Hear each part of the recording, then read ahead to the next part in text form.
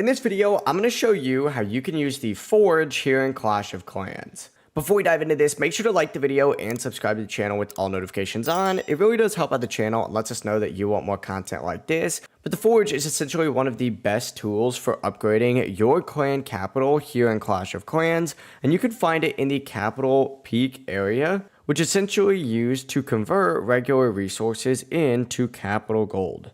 Here's exactly how it works though. You can trade resources like gold, elixir, dark elixir, and even builder-based gold and elixir into capital gold. For example, trading something like 6 million gold from your home village will give you 2,000 capital gold, and this method is actually perfect if you want to grind your clan capital upgrades and help your clan dominate in capital raids. I do have a little bit of a tip for you though. I recommend maxing out your storages before converting to get the most out of every single trade. But yeah, if this video did help you out, make sure to like the video and of course subscribe to the channel with all notifications on. It really does help out the channel and lets us know that you want more content like this.